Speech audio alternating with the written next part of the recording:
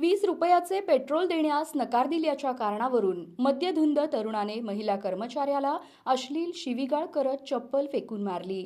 या प्रकारामुळे पेट्रोल पंपावर पुरता गोंधळ उडाला। हा प्रकार बुधवारी रात्री 8 वाजण्याच्या सुमारास घडला। प्रत्यक्षदर्शींनी दिलेल्या माहितीनुसार इंडिया कॅन्टीन जवळील महानगरपालिका पेट्रोल पंपावर एक तरुण दुचाकीवरून पेट्रोल भरण्यासाठी आला। त्याने 20 रुपयांचे पेट्रोल देण्याची मागणी केली, मात्र तांत्रिक कारणास्तव अथवा नियमांनुसार इतक्या कमी रकमेचे पेट्रोल देणे शक्य नसल्याचं महिला कर्मचाऱ्याने सांगितलं। यावरून संतापलेल्या व मद्यधुंद अवस्थेत असलेल्या तरुणाने आरडाओरडा करण्यास सुरुवात केली। तरीही पेट्रोल देणार नसल्याचं सांगितल्याने त्याने महिला कर्मचाऱ्याला अश्लील भाषेत शिवीगाळ केली। त्यांच्या दिशेने चप्पल फेकून मारली, ती त्यांच्या खांद्याला लागली।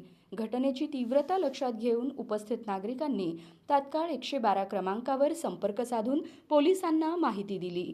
माहिती मिळताच पोलिसांनी तातडीने घटनास्थळी धाव घेत संबंधित तरुणाला ताब्यात घेतले। पुढील कारवाई सुरू असल्याची माहिती सदर बाजार पोलिसांकडून देण्यात आली।